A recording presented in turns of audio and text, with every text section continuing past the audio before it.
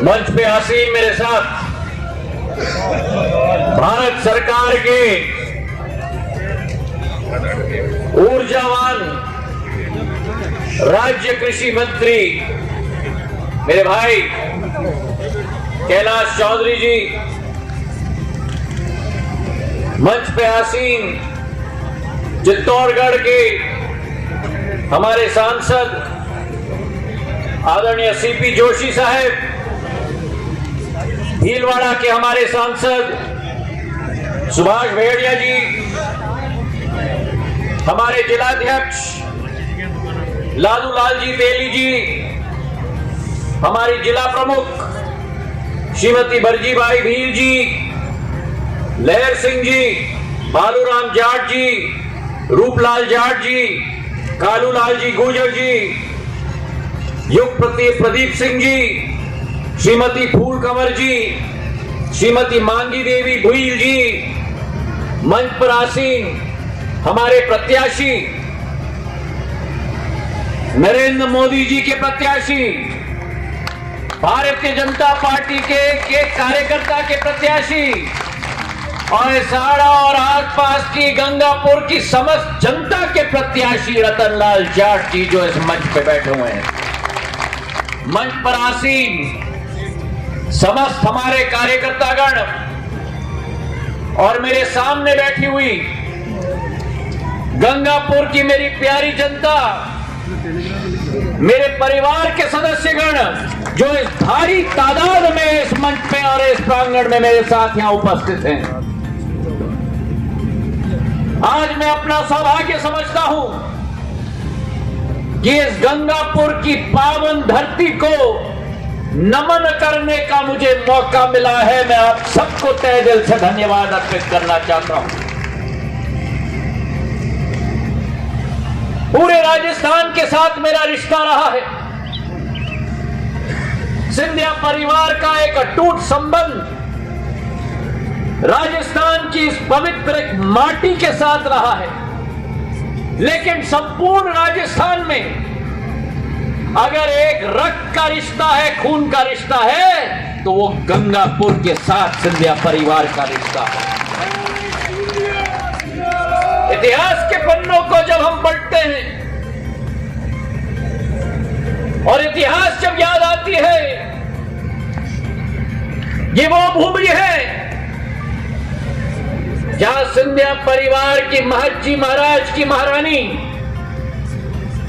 श्रीमंत गंगाबाई राजे सिंधिया यहां आई थी न्याय के लिए। चारों तरफ एक ऐसा वातावरण तय हो अमन चैन का, उस संदेश को लेके आई थी। जब महाराणा प्रताप महाराणा और इस क्षेत्र के राव गोकुलदास चापोड़ के बीच में एक युद्ध हुआ था और महाराणा के द्वारा निर्णय लिया गया था कि अब खान पान की सामग्री क्षेत्र में नहीं भेजी जाएगी।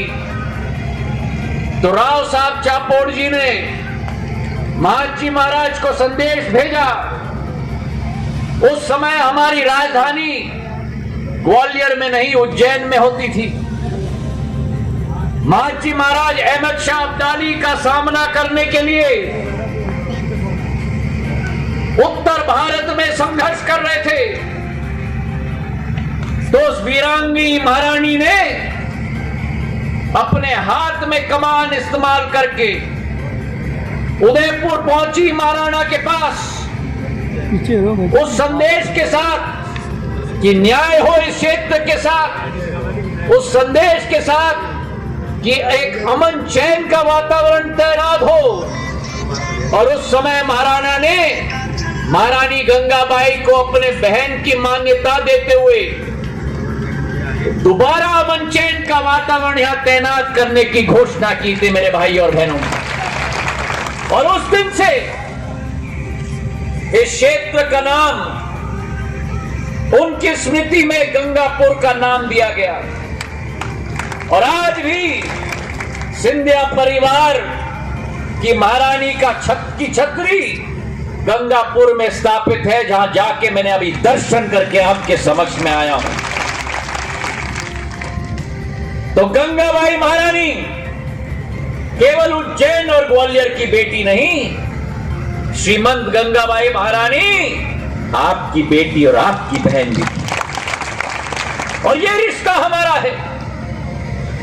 और इसलिए जब मुझे संदेश आया कि हमारे सहाड़ा क्षेत्र में चुनाव हो रहा है, मैंने मन में ठाना कि जब अन्याय अगर इस क्षेत्र के साथ होगा तो ज्योतिरादित्य सिंधिया भी मैदान में उतर के आपकी लड़ाई लड़ने के लिए तैयार होगा। ये वीरों की भूमि है, ये वीरांगनाओं की भूमि है। और आज मन में जब दुख होता है, जब एक ऐसा शासन राजस्थान में बैठा हुआ है जो न्याय में नहीं, अहिंसा में नहीं, अमन चैन का वातावरण में नहीं, लेकिन कुशासन में अपना पूरा ध्यान देता है। आज एक एक मेरा गंगापुर का वासी, एक एक वासी संघर्ष का सामना कर रहा है। एक तरफ कोरोना का महामारी जिसका चपेट पूरे विश्व भर में आ चुका है। मैं स्वयं संक्रमित हुआ हूं और इसलिए आपसे भी निवेदन करता हूं कि मास्क जरूर पहनना, 2 गज की दूरी जरूर तय करके रखना, अपने आप को सुरक्षित रखना, अपने परिजनों को सुरक्षित रखना। पूरा विश्व इसके चपेट में आया है, लेकिन भारत का तिरंगा झंडा प्रधानमंत्री नरेंद्र मोदी जी के हाथों में है। जिस भारत में नरेंद्र मोदी जी के नेतृत्व में पहला टीका विश्व में बनता है, तो भारत में बनता है मेरे भाई और बहनों। एक जमाना होता था, वो कांग्रेसियों के जमाने में, जब अमेरिका के राष्ट्रपति, रूस के राष्ट्रपति, भारत की तरफ चीन के राष्ट्रपति, पाकिस्तान का राष्ट्रपति भारत के तरफ टेढ़ी आंखों से देखता था। और आज एक जमाना है, प्रधानमंत्री नरेंद्र मोदी जी के नेतृत्व में, ये कमल के फूल के झंडे के नेतृत्व में, कब नरेंद्र मोदी जी के हाथ में जो तिरंगा है, विश्व के नेता भारत को सम्मानजनक श्रेणी से देखते हैं। आज भारत की क्षमता उनके नेतृत्व में ये हो चुकी है कि जो टीका भारत में बनता है एक स्वास्थ्य के सेतु के रूप में, वो टीका आज भारत 95 देशों को निर्यात करता है। ये भारत की क्षमता बनी है नरेंद्र मोदी जी के नेतृत्व में। और ठीक बोला रतन लाल जी ने, ये देश के गांव-गांव में नारा है कि मोदी है। अरे बोलो, मोदी है तो मुमकिन है। राजस्थान में कांग्रेस की जो सरकार बनी है, मुझे तो आश्चर्य होता है। जो भी हमारे सामने हमारे कृषि मंत्री कैलाश जी कह रहे थे, वादाओं का पुलंदा, और इतिहास अगर रचा है तो वादा खिलाफी और भ्रष्टाचार का इतिहास रचा है। आज देश में एक एक राज्य में मेरे भाई और बहनों, एक एक राज्य की जनता ने निर्णय ले लिया है कि कांग्रेस के लिए राज्यों का दरवाजा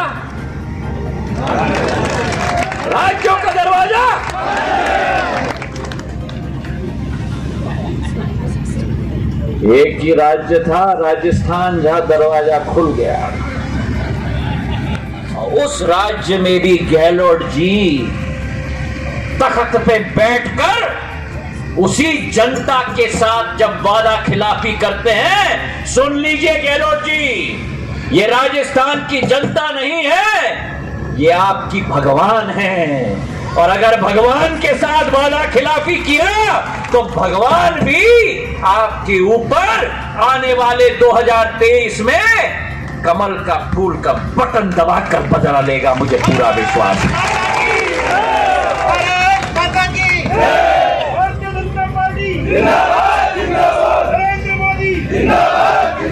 चुनाव आया था 2018 का, यहां सीपी जोशी जी बैठे हुए हैं, कैलाश जी बैठे हुए हैं, रतन लाल जी बैठे हुए हैं, भेड़िया जी बैठे हुए हैं। उस समय ये उस तरफ थे और मैं उस तरफ था।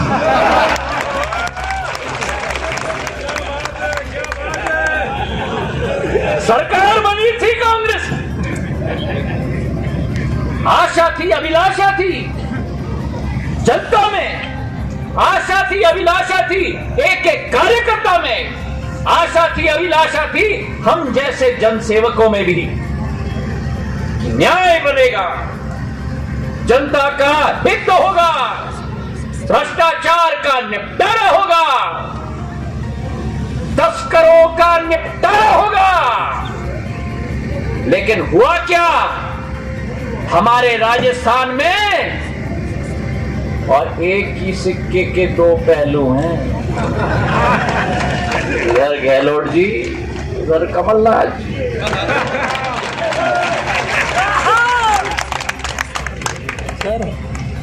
दोनों को जनता से मतलब नहीं। मैं पूछ रहा था अभी गाड़ी में सीपी जोशी जी से, कितने बार आए गंगापुर?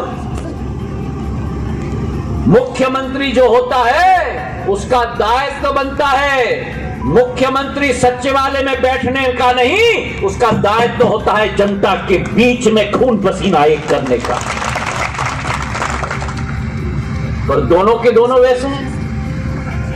गहलोत जी का यहां नामो निशान नहीं, जब तक वे वहां थे तब तक उनका भी नामो निशान नहीं। चुनाव जब हुआ था तब चुनावी वायदों का लंबा बुलंदा घोषणा पत्र, कांग्रेस का कहना साफ, हर किसान का कर्जा माफ। बड़े बड़े नेता आए थे, कहा था कि मैं कह रहा हूं 6 महीने में नहीं, 1 साल में नहीं,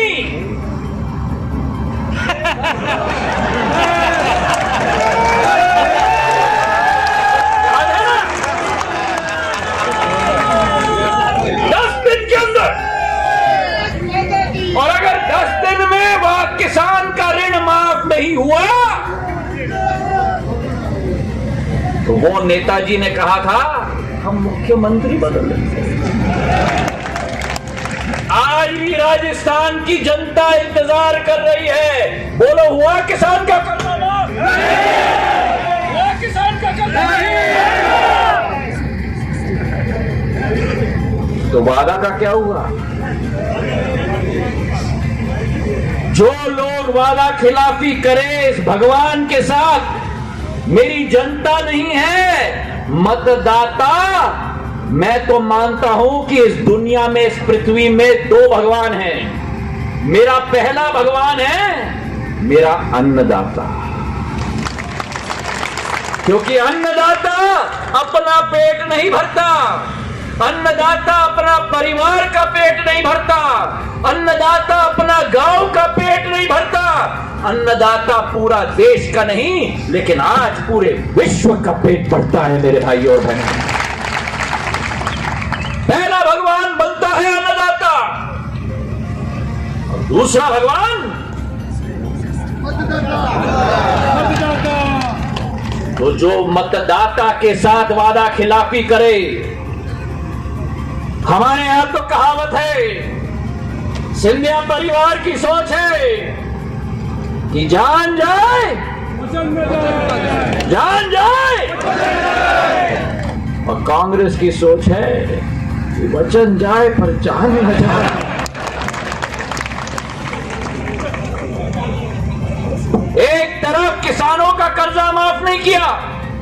और दूसरे तरफ हमारे प्रधानमंत्री नरेंद्र मोदी जी ने किसान सम्मान निधि, एक एक किसान को सम्मानित करते हुए 6,000 रुपया हर साल हर किसान के खाते में डालने का काम किया। और अभी मंच से कह रहे थे कैलाश जी कि हमारे यशस्वी मुख्यमंत्री यहां बैठकर राजस्थान में कहते हैं कि 6,000 से क्या होता है। मैं पूछना चाहता हूं गहलोत जी से कि अगर आप कहते हो कि 6,000 से क्या होता है तो आपने क्या करके दिखाया किसानों का, इसका जवाब दो। मध्य प्रदेश के अंदर जब मध्य प्रदेश में भारतीय जनता पार्टी की सरकार हमने स्थापित,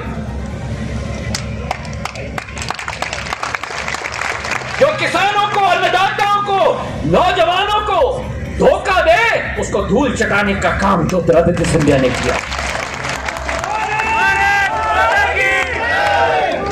मुझे सत्ता की भूख नहीं, मुझे कुर्सी की भूख नहीं, लेकिन अगर अन्याय हो, भ्रष्टाचार हो तो उसके विरुद्ध अगर मुझे जान भी देने पड़ी मैं देने के लिए तैयार हूं मेरे भाई और बहनों। और आज मुझे गर्व है कि भारतीय जनता पार्टी की मध्य प्रदेश की सरकार, कैलाश जी, जोशी जी, मध्य प्रदेश की सरकार ने जहां 6,000 रुपया, सुन लीजिए गहलोत जी, किसान सम्मान निधि में नरेंद्र मोदी जी की सरकार ने, कैलाश जी की मंत्रालय ने एक एक किसान के खाते में दिया, वहां शिवराज सिंह जी और हमने मिलकर उस 6,000 रुपए में प्रदेश सरकार की तरफ से 4,000 रुपए अतिरिक्त डालकर 10,000 रुपए करवाया। तो अगर किसान का कल्याण करना है, अगर किसान के हाथों को मजबूत करना है तो गहलोत जी, बातें करने से काम नहीं बनता, अपने कार्य से उस राशि में अपनी राशि डलवा कर किसान को समृद्ध बनाओ, तब हम मानेंगे कि किसान समृद्धि की सरकार है। नरेंद्र मोदी जी की सरकार ने किसान सम्मान निधि आयोजित की, फसल बीमा योजना। नेता लोग समझ नहीं पाते हैं, जब किसान की फसल में, खलियान में प्राकृतिक विपदा के आधार पर जब फसल नष्ट होता है तो उस गरीब अन्नदाता और उसके परिवार पे क्या गुजरता है कोई अनुमान नहीं लगा सकता मेरे भाई और बहन। फसल बीमा योजना के तहत 1 लाख करोड़ रुपए केंद्र सरकार ने, नरेंद्र मोदी जी की और भारतीय जनता पार्टी की सरकार ने एक एक किसान के खाते में फसल बीमा योजना का पैसा पहुंचाया। यह सरकार की सोच है। और यहां राजस्थान में जो 10,000 रुपया आपकी सब्सिडी दी जाती थी बिजली के लिए, उस सब्सिडी को तो आने वाले 17 तारीख को गहलोत जी की सरकार की भी उल्टी गिनती। सही है कि नहीं? सही है तो ताली बजाओ। ओ अम्मा, सही है कि नहीं? तो ताली बजाओ।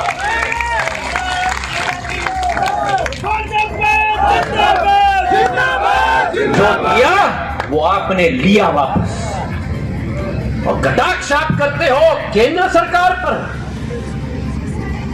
जहां एक तरफ किसान परेशान, दूसरे तरफ कहा गया था कि युवाओं को 3500 रुपए प्रति माह बेरोजगारी भत्ता दिया जाएगा, और आज राजस्थान बेरोजगारी के दस्तक पर पूरे देश में 1 नंबर है, जहां मेरे 25% युवा राजस्थान के बेरोजगार होकर दर दर के भटके क्या जा रहे हैं। पलायन हो रहा है राजस्थान से। जिस राजस्थान में क्षमता है अंबार का, खद्यान का, इंडस्ट्री का, रोजगार का, कृषि के क्षेत्र में वैल्यू एडेड मैन्युफैक्चरिंग का, उस राजस्थान में बेरोजगारी का दर 25%। गहलोत जी आपकी सरकार में मैं तो ये मानता हूं कि आज हर नौजवान और किसान को उठकर आह्वान करना चाहिए और इस सरकार की उल्टी गिनती आज से शुरू हो जानी चाहिए। मेरे भाइयों और बहनों, गहलोत जी को बड़ी आदत है मौके पर चौके मारने की। 17 तारीख को गंगापुर की जनता ईवीएम के बटन पर छक्के मार के गहलोत जी की नींद हम लोगों को उड़ानी होगी। आम आदमी त्रस्त है, प्रशासन भ्रष्ट है, कानून व्यवस्था ध्वस्त है और कांग्रेसी मस्त है। हमारे संस्कृत में लिखा गया है, यत्र नारायस्तु पूजन्ते तत्र रमन्ते देवता। यत्र नारायस्तु पूजन्ते तत्र रमन्ते देवता, कि जहां महिलाओं का सम्मान होता है वहीं देवता विराजते हैं। और राजस्थान में तो उल्टा हो रहा है। 80,000 केस महिला अपराधों का पिछले वर्ष में हर दिन यहां बलात्कार हो रहा है। पिछले कई दिनों में हमारे क्षेत्र में एक मासूम बच्ची का बलात्कार किया गया। जो सरकार महिलाओं की आबरू नहीं बचा सकती, उस सरकार को सरकार में रहने का औचित्य नहीं होता। मेरे भाई और बहन, महिलाओं की बातें हम छोड़ें, नौजवानों की बातें छोड़ें, किसानों की बातें छोड़ें। इस राजस्थान में तो मेरे पुलिसकर्मी भी सुरक्षित नहीं। इस क्षेत्र में ही तस्करों ने 2 पुलिसकर्मियों की जान ली है।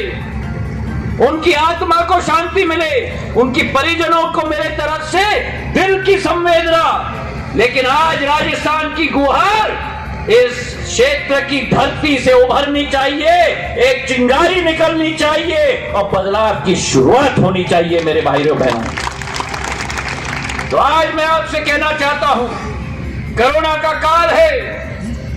नरेंद्र मोदी जी और भारतीय जनता पार्टी की सरकार आपके साथ खड़ी है। संसाधनों की कमी हो सकती है, लेकिन संबल की कमी हम कभी भी नहीं होने देंगे, ये विश्वास में दिलाता हूं। 2.25 लाख करोड़ का पैकेज दिया है। एक एक गरीब के खाते में राशि पहुंचाई जा रही है। 20 करोड़ महिलाओं की राशि में के खाते में 1500 रुपया पहुंचाया जा रहा है। और यह विश्वास मैं आपको दिलाता हूं कि जिस पार्टी का प्रण और पथ अंत्योदय है, हम तब तक नहीं रुकेंगे जब तक आखिरी गरीब का आखिरी आंसू हम नहीं पहुंच पाए। तो आज आपसे आह्वान करना चाहता हूं, ये राजस्थान की ऐतिहासिक धरती है, ये वीरों की धरती है। यहां से शंखनाद उठनी चाहिए, जो आसाम से उठ रही है, जो बंगाल से उठ रही है, जो मध्य प्रदेश से उठी है। राजस्थान की भूमि तक वो शंखनाद उठनी चाहिए। चाहे हमारे सहारा की धरती हो, गंगापुर की धरती हो, सुजनगढ़ की धरती हो, राजा समंद की धरती हो। हाथ उठाकर मुझे आश्वासन दो, मुट्ठी बांधकर, हाथ उठाकर की मुट्ठी बांधकर, कि जो अटल जी की कहावत थी कि बादल उठाए रखो, तभी तो याद रहेगा। बादल छटेंगे, बादल छटेगा, सूरज निकलेगा और कमल। बादल छटेगा, बादल छटेगा, सूरज निकलेगा, कमल खिलेगा। और हर नगर से, हर गली से, हर सड़क से वक्त की बदलाव की लहर निकलनी चाहिए। हंगामा खड़ा करना मेरा मकसद नहीं, मैं चाहता हूं कि राजस्थान की सूरत बदलनी चाहिए। धन्यवाद। भारत